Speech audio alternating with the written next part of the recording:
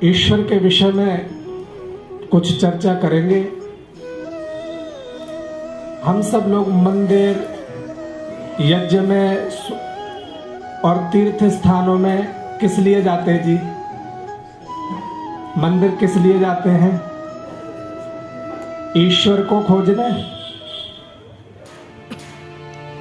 हम सब लोग मंदिर, सामान्य तौर पर हमारी धारणा है कि हम मंदिर ईश्वर को खोजने जाते हैं,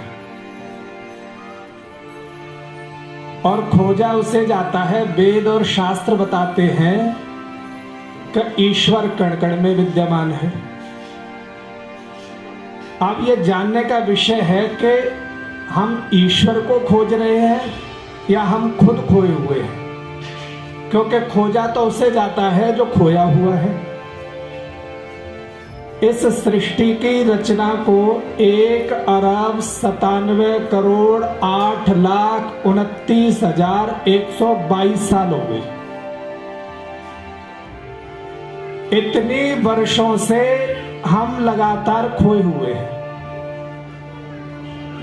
क्यों? क्योंकि अगर हमने ईश्वर को प्राप्त कर लिया होता तो हमें क्या मुक्ति मिल जाती,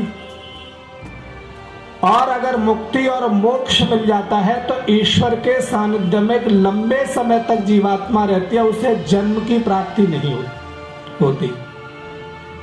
तो इसका अर्थ है कि हम 1,97,00,00,000 वर्षों से हम निरंतर ऐसे ही भ्रमण कर रहे हैं। अब होता क्या है कि ईश्वर की व्यवस्था में अभी मनुष्य चोला प्राप्त है, फिर शरीर बदला, कर्मों के आधार पर शरीर योनियां बदलती रही है, यात्रा निरंतर चलती रही। अब ईश्वर को प्राप्त करना कैसे है? आप देखें बाजार में, समाज में, धर्म के क्षेत्र में ईश्वर को प्राप्त कराने को, ईश्वर के दर्शन कराने को हर मजहब के पास एक अपनी नई दुकान है, और सब एक नया तरीका बताते कि ईश्वर के दर्शन कैसे होंगे। ईश्वर के दर्शन कराने के लिए वेद भगवान ने आज्ञा दी, और ऋषि दयानंद ने बताया कि ईश्वर सर्वदा सबको प्राप्त है, लेकिन सदोष अंतःकरण वाले, जो जिन व्यक्ति को अज्ञान है, जो मार्ग भूल चुके हैं, जो वेद के बताए हुए मार्ग पर नहीं चलते, उन्हें एक नहीं अनेकों जीवन जन्म ले लें, उन्हें ईश्वर प्राप्त नहीं हो सकता। और ईश्वर की प्राप्ति का स्वस्ति वाचन के 8वें मंत्र में मंत्र आया, स्वस्ति पंथा मनुचरेम सूर्या चंद्रमसाविव। और हमारे जीवन में आज जितने कष्ट हैं, जो दुख हैं, उन सबको दूर करने के लिए जब हम सांसारिक बंधनों में, सांसारिक समस्याओं से जब हम परेशान हो चुके होते, तब हम अंतिम मार्ग किसकी तरफ चलते हैं? ईश्वर की। यह जीवात्मा आज से नहीं, हजारों वर्षों से सुख की प्राप्ति करने के लिए प्रयास करता है।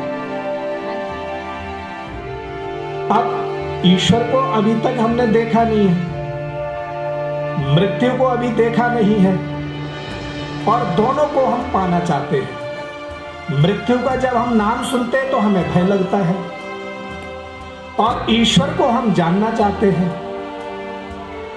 इसका अर्थ ये है, ये एक जो अभी हमें मिला हुआ है, ये है स्थूल शरीर, और इस स्थूल शरीर के साथ में एक जीवात्मा के साथ में करोड़ों वर्षों से सूक्ष्म शरीर चला रहा है।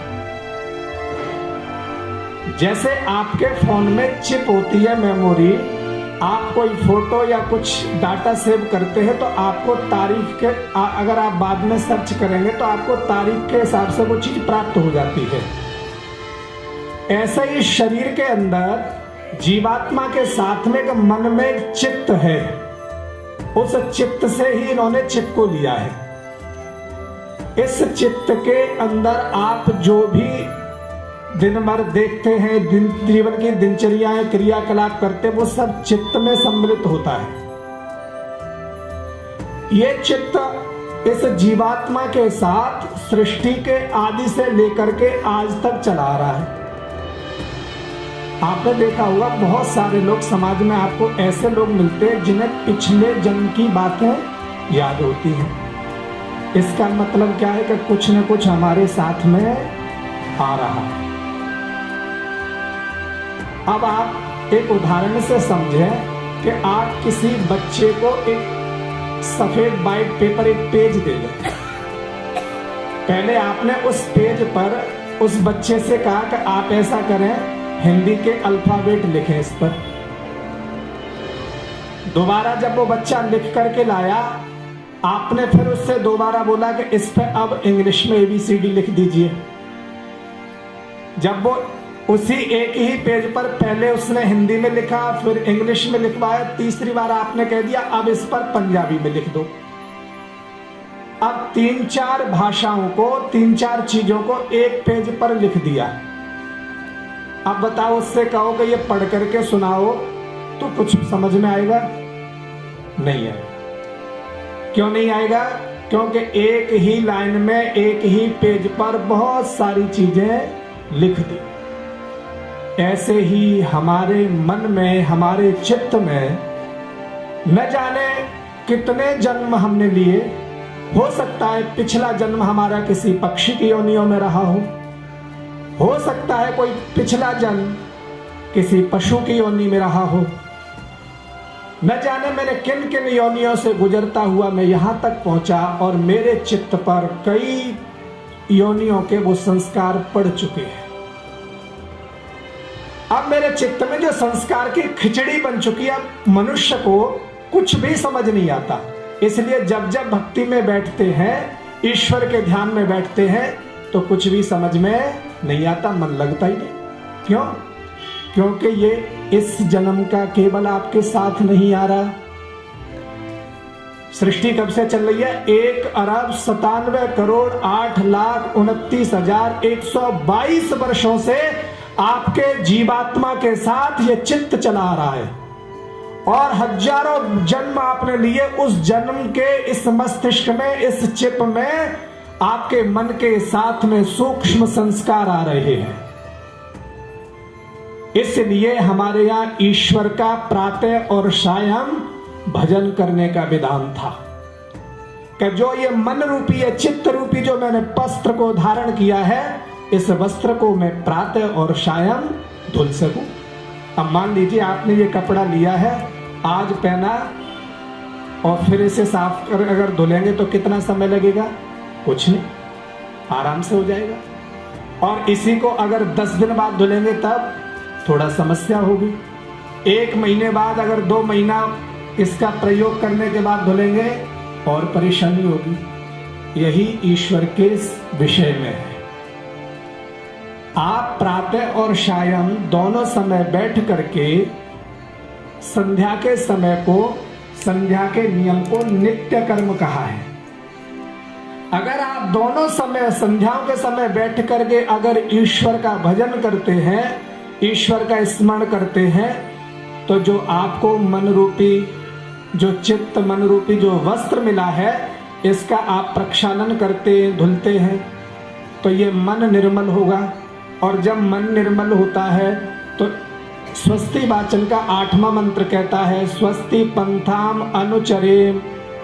हे संसार के लोगों, इस संसार में अगर आप सही मार्ग का अनुसरण करते हो, तो मार्ग पूछा वेद भगवान में, वेद भगवान से ऋषि ने पूछा कि भगवान आप ये बता दीजिए कि इस कल्याण का मार्ग कौन सा है।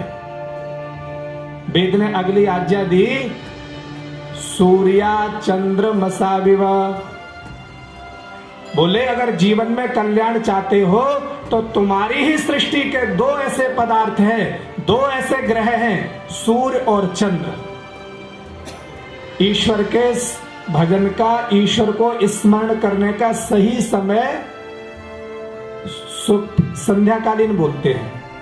रात्रि का गमन और दिन का उदय, दोनों का जब संगम होता है उसे क्या काल कहा जाता है? संध्या काल।